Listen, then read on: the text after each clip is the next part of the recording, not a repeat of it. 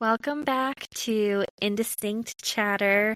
I'm Eliza, and I am so grateful you're listening. I'm so excited to be here. I wanted to quickly first thank my family and my friends who have reached out with their support again, all of you who have subscribed and commented and shared. It just makes me so happy, and I know this isn't a lot to some people, but it's a lot to me.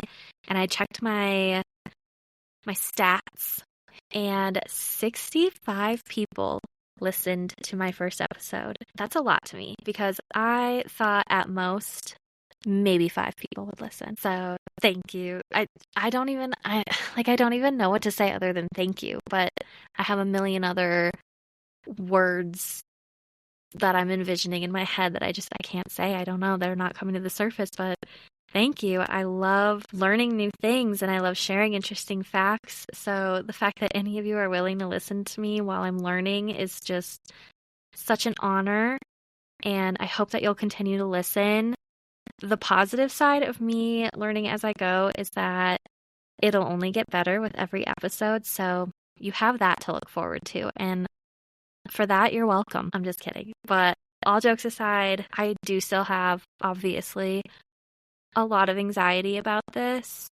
I've re-recorded this episode many, many times. Once again, right now I'm recording in my closet, and hopefully it works. It's a closet in a bathroom, and it doesn't have a door, but it's the only closet that I have.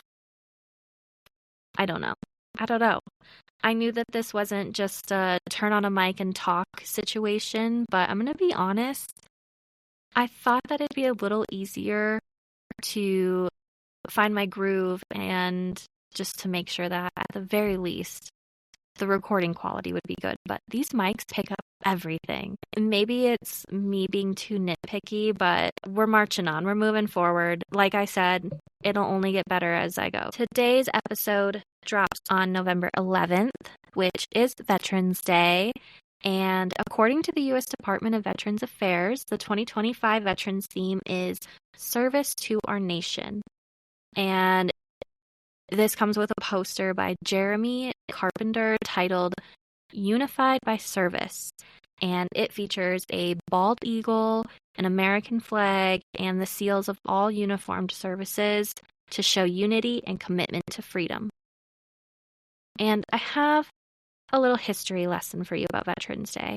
Maybe it's a refresher for some of you, but for me, this was a lesson because growing up, I didn't learn a lot about Veterans Day. I knew what it was, but I don't remember ever learning how it started. You know what I mean?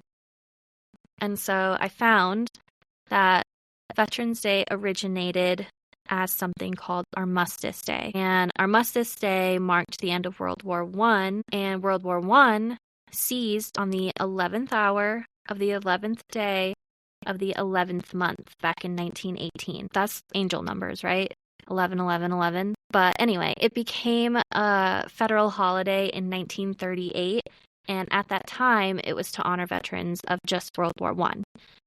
It was then renamed Veterans Day in 1954 to honor and recognize all of our veterans, not just from World War I. So we can actually give thanks to Raymond Weeks for this. He was a World War II Navy veteran from Birmingham, Alabama, and he organized festivities on November 11th to celebrate veterans from all wars, not just World War I.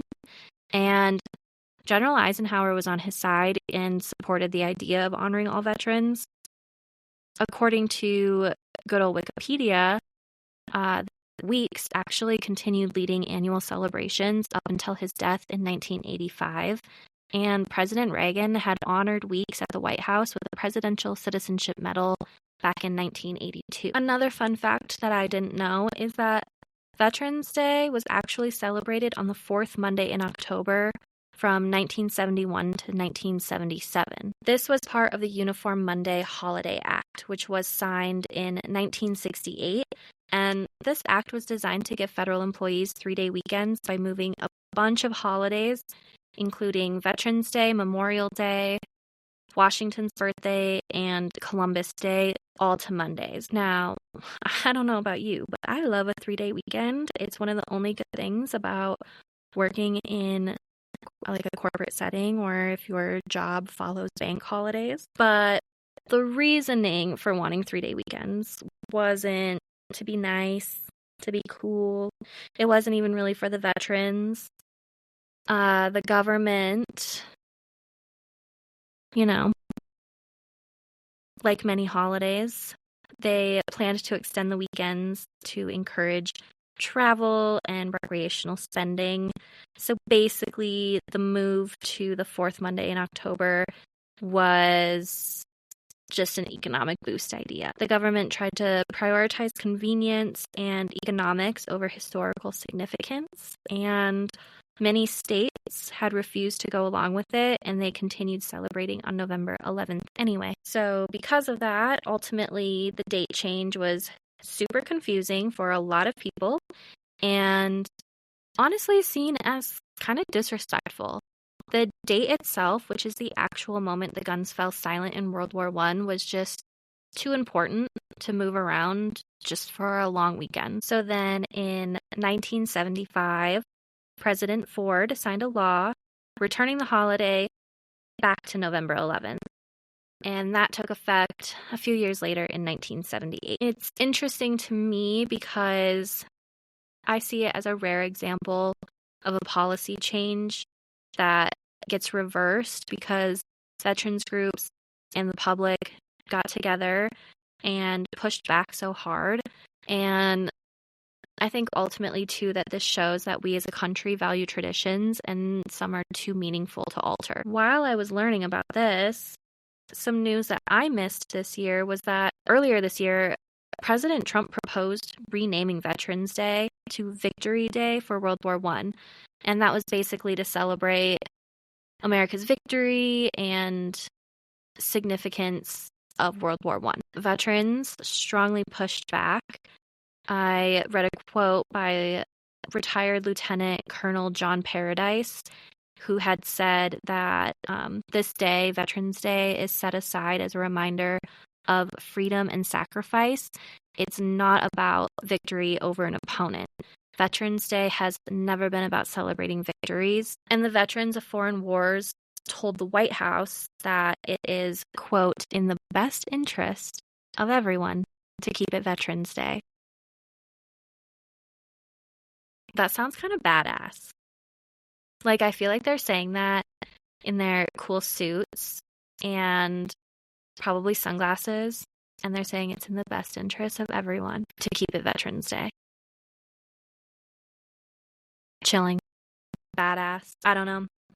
I feel like that could be the setup for an action movie. But anyway, it made me realize that all along, Veterans Day has been about peace. It's about the moment the fighting stopped.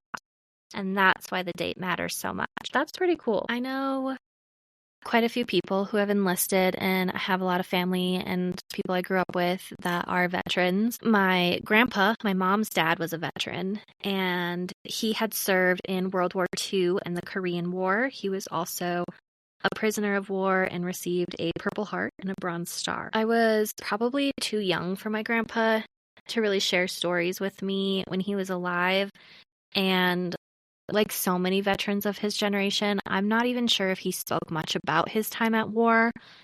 He sent poems home while he was across seas, and I do remember him telling me about how cold it was when he was a prisoner of war and his frostbite and having to eat maggots and moldy bread to survive. But other than that, I unfortunately don't know much about his time in the military.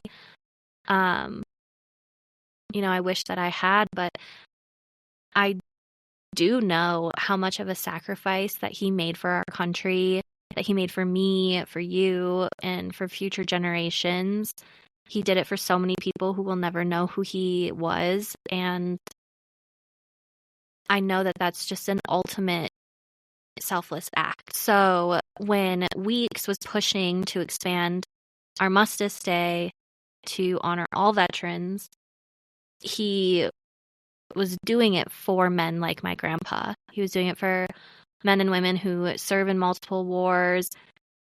Everyone who comes home changed, if they get to come home. And he did it for those who carry experiences with them for the rest of their lives. And he did it for those who don't get to come home. And I think that's so cool, for lack of more elegant words. That's cool, dude. So today on Veterans Day, I'm thinking about my grandpa, family members, and friends who have served, and all the veterans, really. No matter which conflict that they've served in, this day is for them. And as cliche and corny as it sounds, it's a reminder that freedom isn't free. People pay real costs for the lives that we get to live. They are willing to die for the rights that we have. And I know that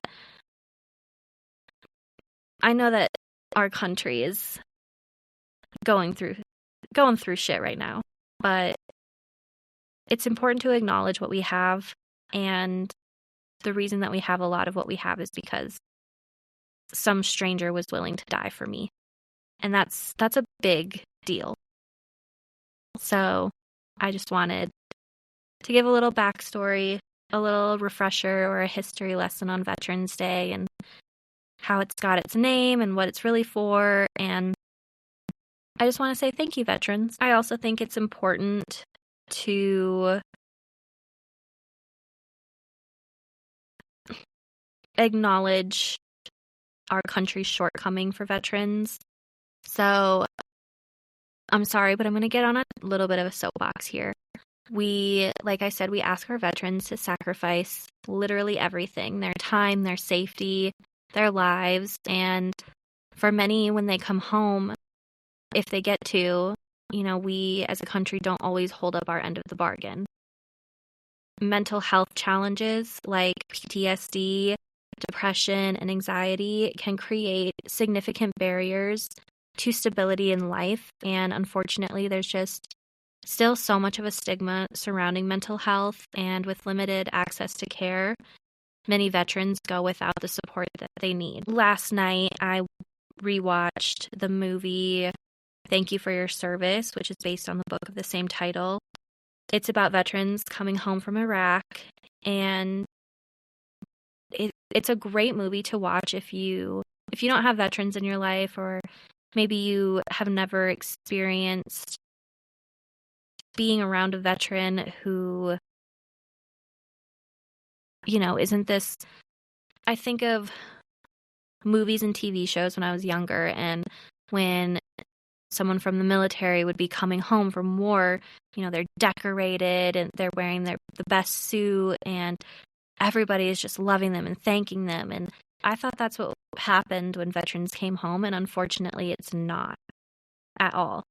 I mean, maybe some people are very lucky and they get to come home to that, but a lot of them don't. And in the movie, Thank You for Your Service, you really get to see the ways that veterans come back, and they're just expected to move on like nothing ever happened. So I did a little more digging, and according to the National Veterans Homeless Support Group, thousands of veterans are sleeping in cars, on sidewalks, or in shelters every night.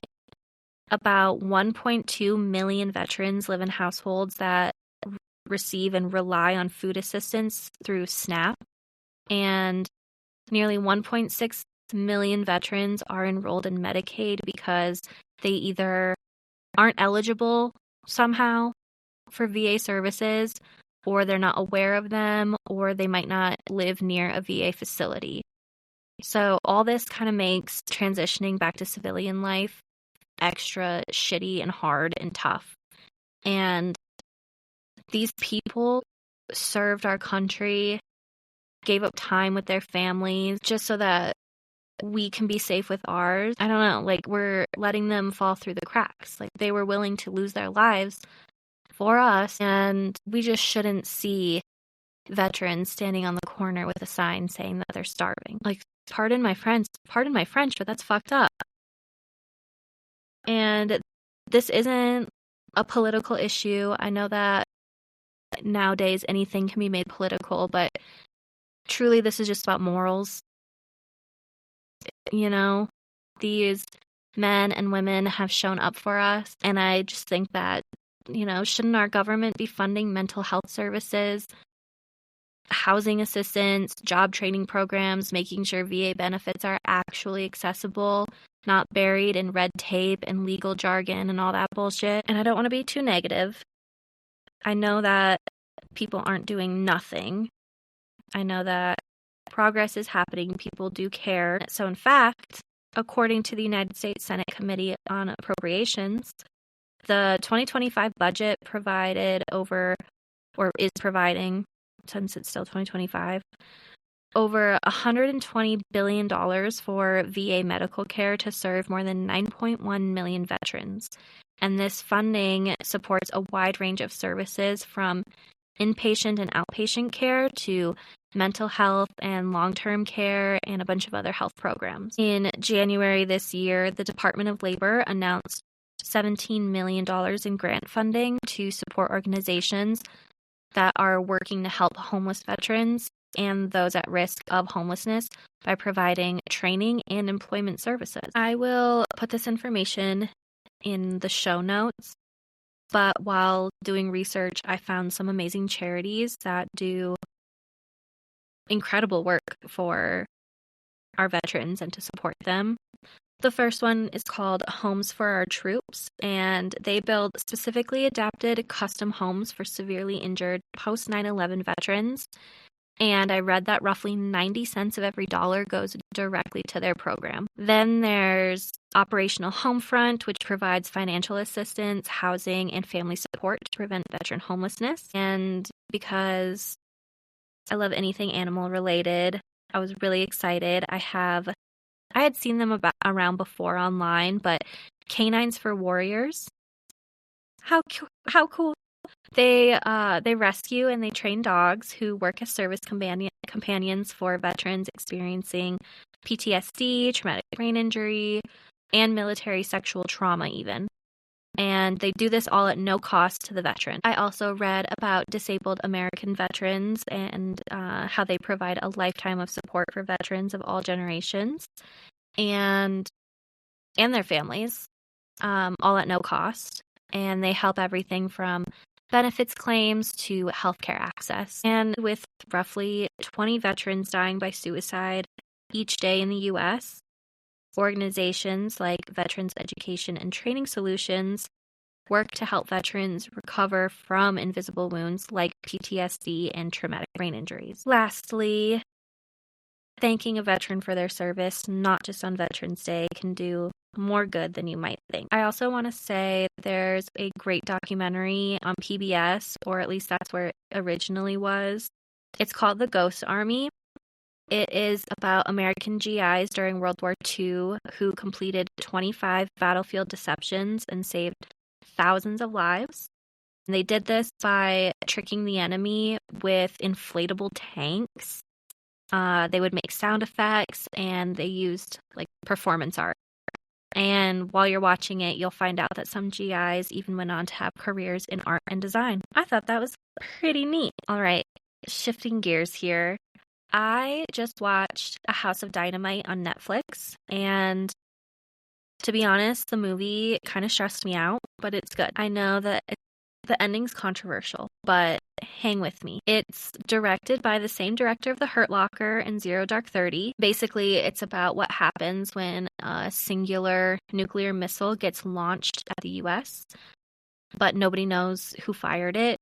So you follow the same sequence of events from 3 different perspectives. With each new perspective or angle, you get some more pieces of the puzzle.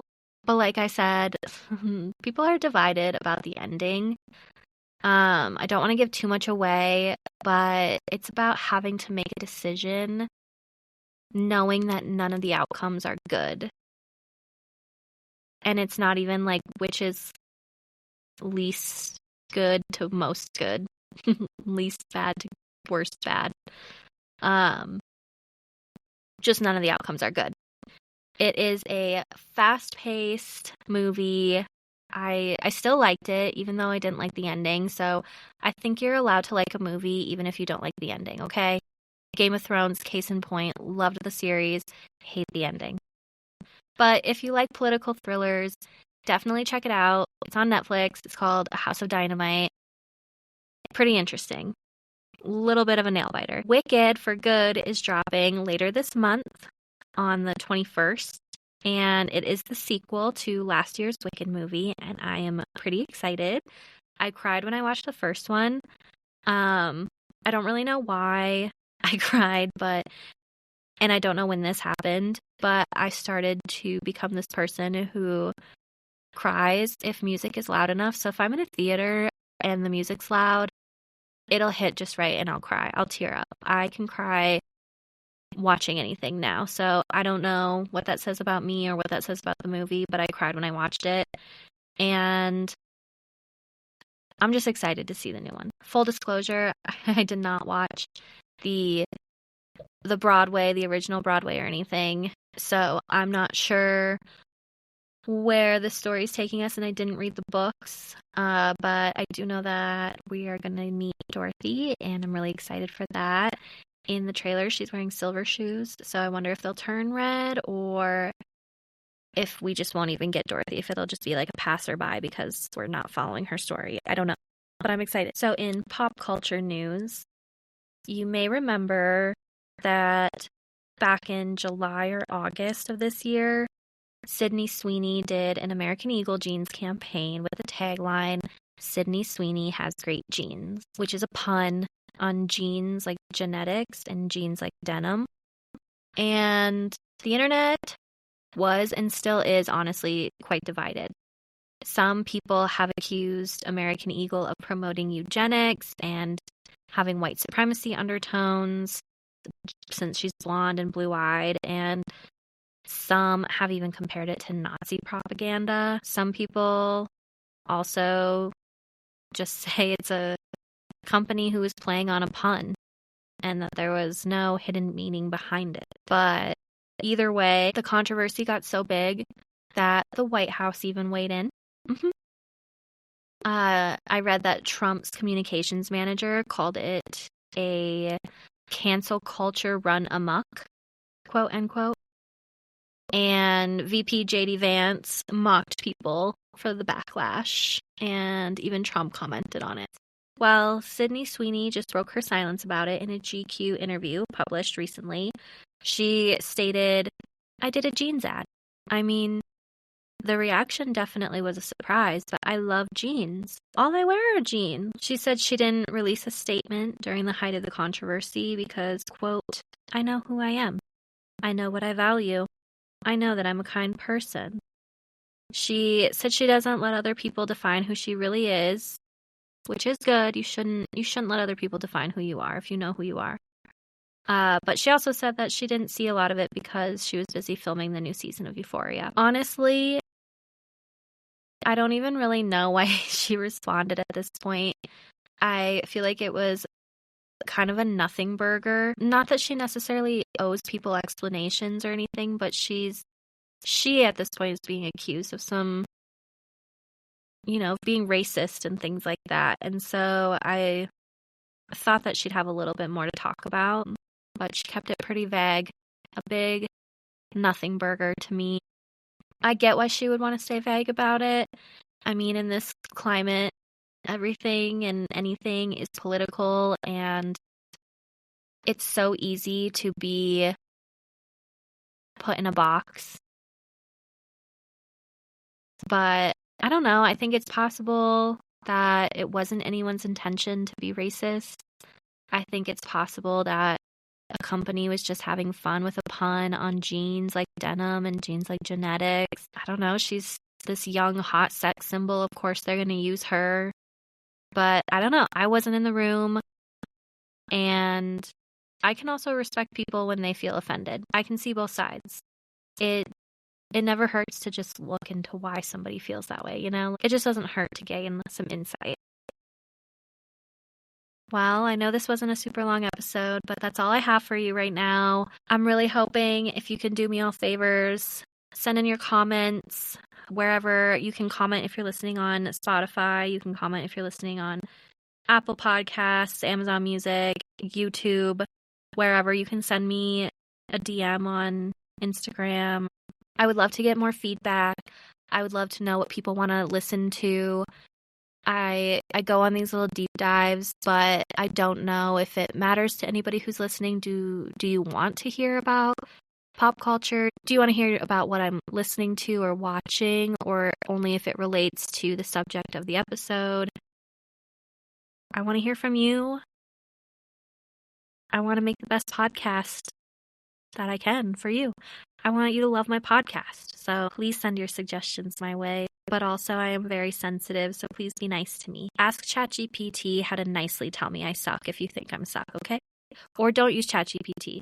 I know that that's a big thing right now, too. Like, they use a lot of water, and I'm really trying to cut back, but man, do I love Chat and Claude. They've helped me through a lot, but it's affecting our environment and, quite frankly, our ability to use critical thinking. And I think I've gotten a little dumber the past year, and I think it's because I've used AI too much. So I guess don't use AI. Go to the library. Support your library. Usually a library membership card is free. And if it's not, I guarantee it's less than, I don't know. I actually can't guarantee because I have no idea. Every library is different. So if you can support your library, and look up a book, because now even if you Google, AI takes over and does the AI thing. And no offense to AI, but also we need to use our brains. Okay, I'm done rambling. Thank you so much for listening. Thank you, veterans. I know I take for granted what we have, but I'm truly grateful to know that there are people who care enough about others in this country to risk everything to make sure we get to have the freedoms that we have. Happy Veterans Day. We'll talk next week. Thank you so much. Love ya. Love you. Bye.